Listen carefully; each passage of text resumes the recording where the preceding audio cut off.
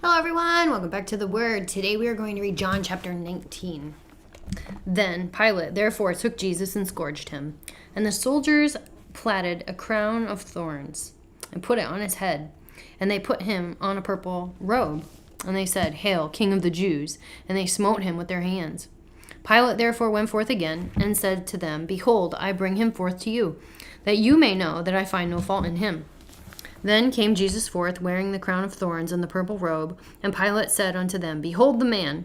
When the chief priests therefore and officers saw him, they cried out, saying, "Crucify him, crucify him." Pilate said unto them, "Take you him and crucify him, for I find no fault in him." The Jews answered him, "We have a law, and by our law he ought to die, because he made himself the Son of God."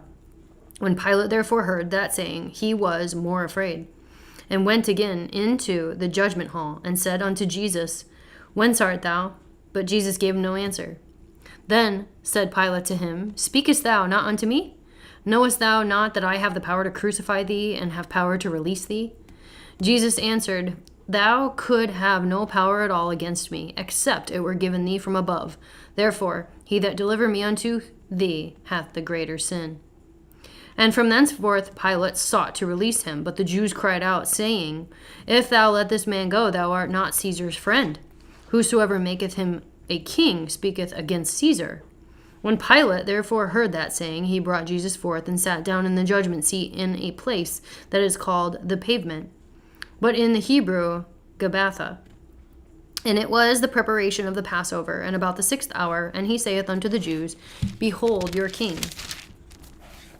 But they cried out, away with him, crucify him." Pilate saith unto them, "Shall I crucify your king?" The chief priests answered, "We have no king but Caesar." Then delivered he him therefore unto them to be crucified. And they took Jesus and led him away. And the bearing his cross went forward into a place, the place of the skull, which is called in the Hebrew Golgotha, where they crucified him, and 2 others with him on either side, and Jesus in the midst. And Pilate wrote a title and put it on the cross, and the writing was, "Jesus of Nazareth, the King of the Jews." This title then read many of the Jews, for the place where Jesus was crucified was nigh to the city, and it was written in Hebrew and Greek and Latin. Then said the chief priests of the Jews to Pilate, "Write not the King of the Jews, but that he had said, I am King of the Jews." Pilate answered, "What I have written, I have written." Then the soldiers, when they had crucified Jesus, took his garments and made 4 parts, to every soldier a part, and also his coat. Now the coat was without seam, woven from the top throughout. They said therefore among themselves, "Let us not rend it, but cast lots for it, whose it shall be." That the scripture might be fulfilled, which saith, "They parted my raiment among them, and for my vesture they did cast lots." These things therefore the soldiers did. Now there stood by the cross of Jesus his mother and his mother's sister, Mary, the wife of Cleophas, and Mary Magdalene. When Jesus therefore saw his mother and the disciple standing by, whom he loved, he said to his mother, "Woman, behold thy son."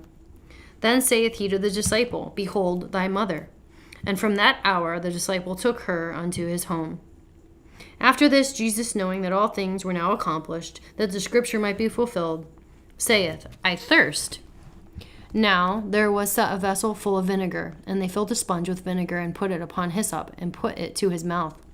When Jesus therefore had received the vinegar, he said, "It is finished." And he bowed his head and gave up the ghost. The Jews therefore, because it was the preparation that the body should not remain upon the cross on the Sabbath day, for that Sabbath day was a high day, besought Pilate that their legs might be broken, and that they might be taken away. Then came the soldiers and brake the legs of the first and the other which was crucified with him. But when they came to Jesus and saw that he was dead already, they brake not his legs.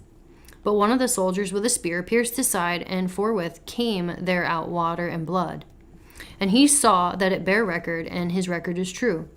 And he knoweth that he saith the truth, that you might believe. For these things were done, that the scripture should be fulfilled. A bone of him shall not be broken. And again, another scripture saith, "They shall look on him whom they pierced." And after this, Joseph of Arimathea, being a disciple of Jesus, but secretly for fear of the Jews, besought Pilate that he might take away the body of Jesus, and Pilate gave him leave. He came therefore and took the body of Jesus. And there came also Nicodemus, which at first came to Jesus by night and brought a mixture of myrrh and aloes, about 100 pound weight. Then took they the body of Jesus, and wound it in linen clothes with the spices, as the manner of the Jews is to bury. Now in the place where he was crucified there was a garden, and in the garden a new sepulchre, wherein he was never a man yet laid. There they laid Jesus, therefore because of the Jews' preparation day, for the sepulchre was nigh at hand. That's the end of John chapter 19. Come back next time for chapter 20.